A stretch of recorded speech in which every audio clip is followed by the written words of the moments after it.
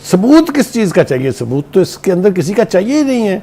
एक official secret document था जिसको पब्लिक नहीं होना चाहिए था, जिसको पीटीआई के चेयरमैन ने जलसाए आम में लहरा लहरा के उसके कंटेंट बताने की कोशिश की। फिर उसके बाद जब उनको ये बताया गया कि दो एपिक जो हमारी एजेंसीज हैं जिनकी दुनिया भर में शोहरत है, उन्होंने इसकी डिटेल्ड इंक्वायरीज की हैं, इसमें कोई हकीकत नहीं है, कोई साजिश आपके खिलाफ नहीं हुई है। उसके बाद नेशनल सिक्योरिटी कमेटी की 2 मीटिंग्स हुई, उसके अंदर भी उन्होंने कहा कि साजिश कोई नहीं है, सिर्फ लफाजी जो है वो काबिल इतराज़ थी, ऑफेंसिव थी, उसके ऊपर डिमार्च जो है करने का फैसला किया गया और डिमार्च कर दिया गया। फिर तीसरा जुर्म यह है कि आप एक सरकारी डॉक्यूमेंट को उठा के अपने घर ले गए, और जब आप घर ले गए तो फिर उसके बाद आपने कहा कि वो चोरी भी हो गया। आप जरा मुझे अंदाजा करके बताइए, क्या this is how state is run? This is how a prime minister should act and react? तो ये सारी चीजें तो हमें पता है। हुकूमत साहब जो हैं उन्होंने करके कुछ नहीं दिया इस हवाले से अभी तक भी। ये एक इलीगल, इमोरल, गैर सफारती हरकत की थी। उनके वज़रा की जिम्मेदारी थी कि वो उन्हें समझाएं कि आप ऐसा ना करें, ये करना कानून के भी मुताबिक नहीं है, रवायात के भी मुताबिक नहीं है, डिप्लोमेसी के मुताबिक भी नहीं है। बजाय इसके उन्होंने उसके ऊपर जो नाराजनी की है, असद उमर साहब, शाह महमूद कुरैशी साहब, फवाद चौधरी साहब, नेम देम, सारे के सारे, वो शिबली फराद साहब भी वो एक चीज़ हैं। वो वालिद तो उनके खैर माशाल्लाह बहुत शोहरत याफ्ता थे, उनकी क्या शोहरत है वो मुझे आज तक समझ में नहीं आई है। इन सब ने जिस किस्म की नाराजनी इसके ऊपर की, जितना इस बयानिया को तकवीत देने की कोशिश की, ये सारे बराबर के मुजरम हैं। मैंने कल भी प्रोग्राम में कहा था शाह महमूद सबसे बड़े मुजरम है, इसलिए कि उन्होंने एक ढंग के साइफर की गलत ट्रांसलेशंस करके अपनी पार्टी के चेयरमैन को उकसाया, भड़काया और उनसे हवा में तीर चलवा दिया। देखें, हुकूमत के पास सवाए बढ़के मारने के कोई काम नहीं है। पता नहीं किस चीज़ से डरते हैं। चेयरमैन पीटीआई की तलबी का नोटिस भी वसूल करा लिया गया है, अब कहाँ तक जाएगी बात? वो एक मशहूर शेर है ना कि बहुत देर की मेहरबान आते आते। 14 महीने गुजर गए हैं ये साइफर पर अब तक सवाए प्रेस कॉन्फ्रेंसेस करने के, बयान जारी करने के, टीवी टॉक शोज में बैठ के गुफ्तगू करने के अलावा इन्होंने कुछ करके नहीं दिया इसके ऊपर। मैं समझता हूँ कि इससे बड़ी नाअहली इस हुकूमत की कोई हो नहीं सकती। यानी हमें यह बताया जा रहा है कि इसकी सज़ा क्या है। वो भाई, सज़ा हमें पता है क्या है, ऑफिशियल सीक्रेट एक्ट के तहत भी ये आता है। ये बड़ा घिनौना जुर्म है। 2 मुल्कों के ताल्लुकात जो हैं खान साहब ने दाव पर लगा दिए, अपने खिलाफ जो है वो अदम एतमाद की तहरीक को यानी नाकाम करने के लिए। सबूत किस चीज़ का चाहिए? सबूत तो इसके अंदर किसी का चाहिए ही नहीं है। एक ऑफिशियल सीक्रेट डॉक्यूमेंट था जिसको पब्लिक नहीं होना चाहिए था, जिसको पीटीआई के चेयरमैन ने जलसाए आम में लहरा लहरा के उसके कंटेंट बताने की कोशिश की। फिर उसके बाद जब उनको ये बताया गया कि 2 एपिक जो हमारी एजेंसीज हैं जिनकी दुनिया भर में शोहरत है, उन्होंने इसकी डिटेल्ड इंक्वायरीज की हैं, इसमें कोई हकीकत नहीं है, कोई साजिश आपके खिलाफ नहीं हुई है।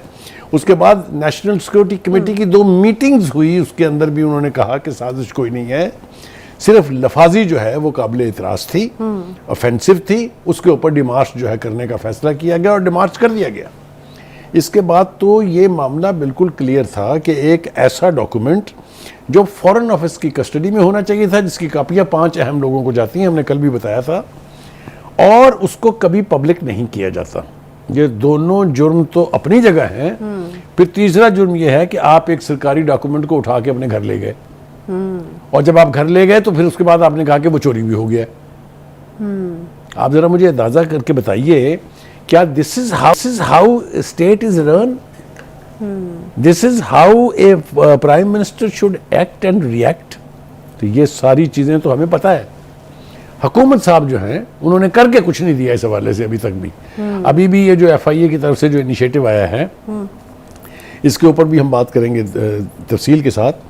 जाहिर है वो असद उमर साहब जो नारे मार रहे हैं, बढ़के मारने की आदत पुरानी है उनकी। उन्होंने बढ़के मार मार के अपनी पार्टी के चेयरमैन का बेड़ा गर्क कर दिया।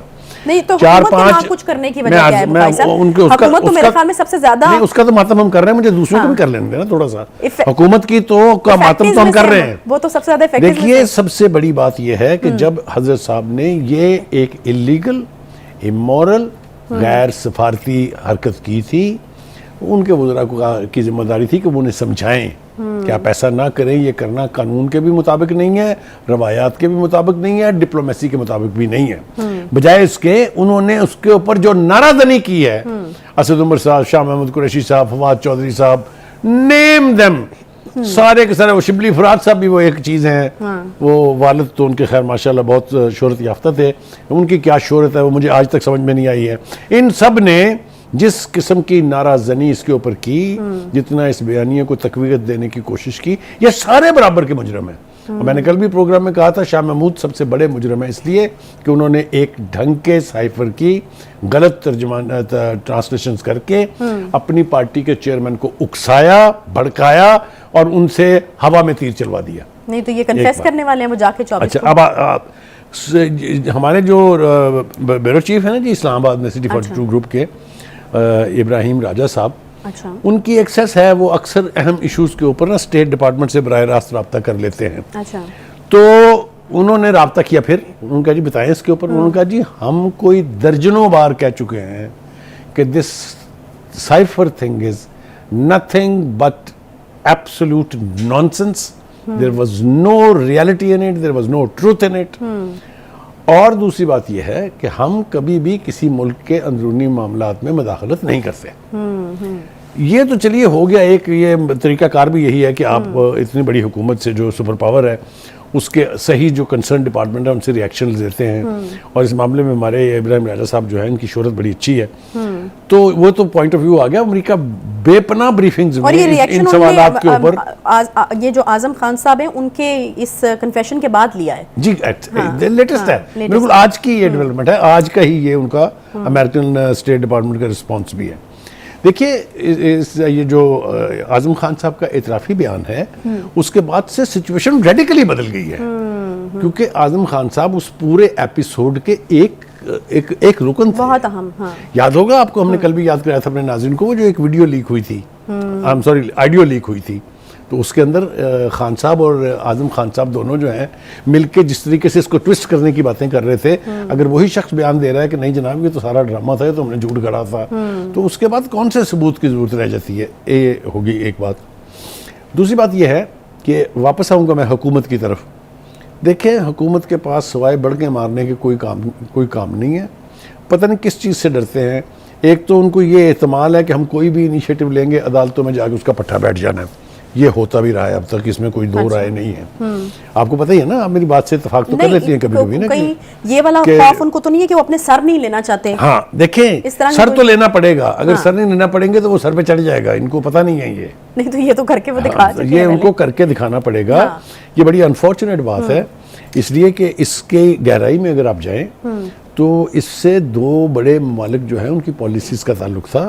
खान साहब ने ये ड्रामा रचाया था कि जी मेरे मॉस्को जाने पर जो हैं वो अमेरिकन नाराज थे, क्योंकि मैं एक ऐसे मौके पे गया था जब अगले दिन रूस ने हमला कर दिया यूक्रेन के ऊपर। ये कोई छोटी बात नहीं है ये। Why did you decide to go to a second superpower at a time when it was just about to commit aggression or whatever the strategy that country has?